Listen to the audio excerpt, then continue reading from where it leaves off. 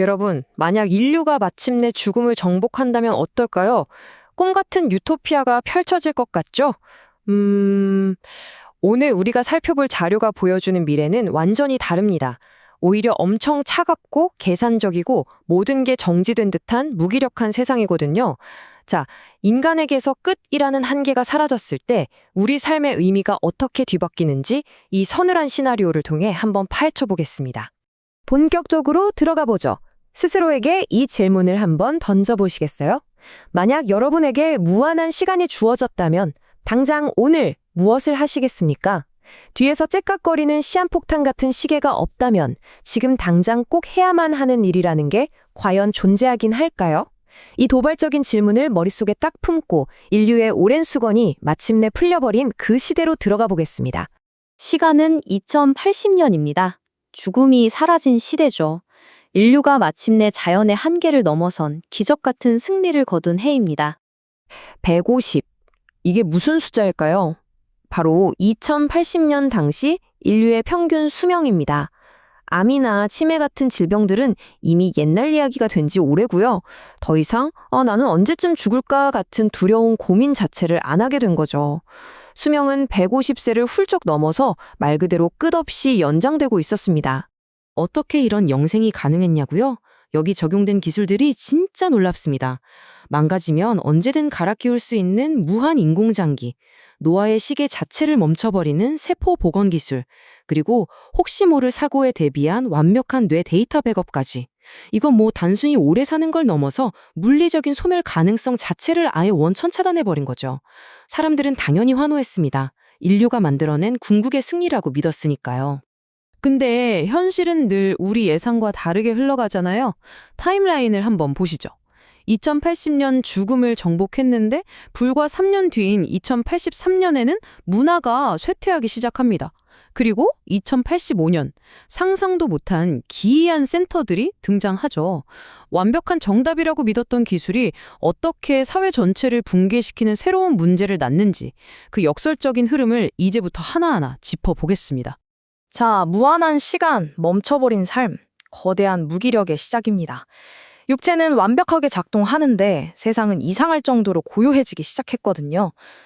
그 고요함의 중심에는 바로 이 문장이 있었습니다. 언젠가 하면 되지. 네, 딱 이 한마디요.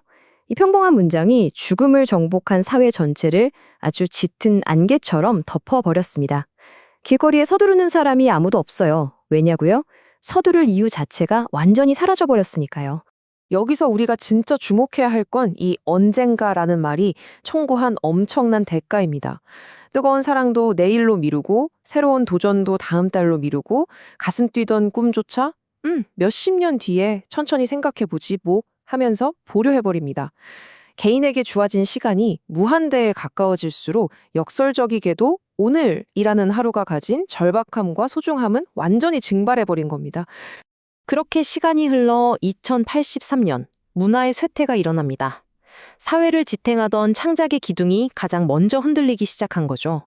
과거의 예술가들을 생각해 보세요. 짧고 유한한 삶 속에서 어떻게든 세상에 자기 흔적을 남기려고 그야말로 영혼을 갈아 넣었잖아요. 근데 2080년의 예술은 완전히 다릅니다. 죽음이 하는 데드라인이 사라지니까 창작의 절박함도 같이 사라져버린 거예요. 음악은 그냥 듣기 편하고 안전해졌고 영화는 뻔하고 무난해졌죠. 가슴을 때리는 충격도 없으니 자연스럽게 금방 잊혀가는 예술만 남게 되었습니다. 당시 이 상황을 지켜보던 한 노화 연구자가 인터뷰에서 아주 소름 돋는 고백을 합니다. 우리는 인간의 몸은 살려냈습니다. 하지만 인간의 정신까지 같은 방식으로 유지할 수 있을지는 정말 모르겠습니다.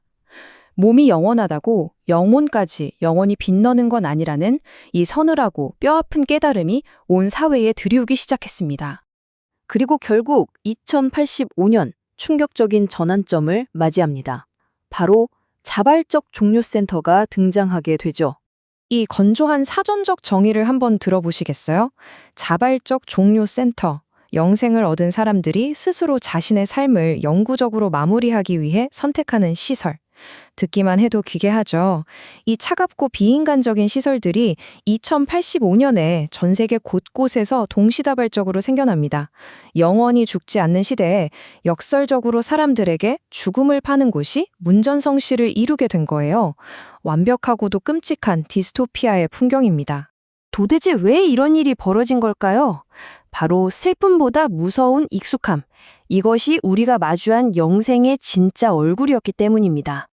이 자료에서 정말 잊을 수 없는 인터뷰가 하나 나오는데요.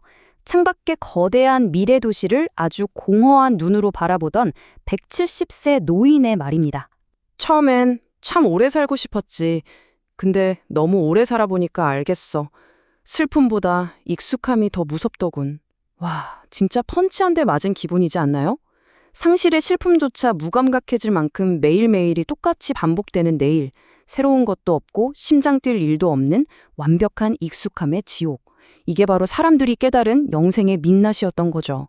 이 거대한 모순 앞에서 온 사회가 대혼란에 빠집니다. 인간의 가장 큰 원수였던 죽음을 이렇게 완벽하게 극복했는데 도대체 왜 우리는 완벽하게 행복해지지 못하는가? 그토록 원하던 생존 그 자체를 달성했는데 왜 속은 텅 비어버렸는가? 이 공허하고도 무거운 질문이 사회 전체를 짓눌렀습니다. 하지만 이 차가운 디스토피아 속에서도 아주 작은 희망의 실마리가 발견됩니다. 바로 유한함의 빛. 한 학교의 교실에서 아주 뜻밖의 대화가 오가거든요. 한 아이가 교사에게 아주 순진무구하게 묻습니다. 선생님, 옛날 사람들은 정말 100년도 못 살았어요? 안 무섭지 않았어요? 생각해보세요. 150년, 200년을 거뜬히 사는 이 시대의 아이한테 100년도 안 되는 삶은 너무나 짧고 공포스럽게 느껴졌을 겁니다. 그 질문에 교사는 빙글에 미소를 지으며 이렇게 대답합니다. 무서웠댔지.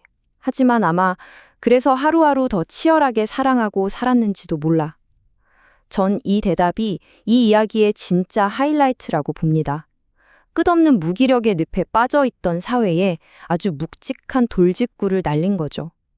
우리가 진짜 잃어버린 게 무엇인지 그 핵심을 찔러버린 겁니다. 이 통찰이 기가 막히게 보여주는 게 있습니다.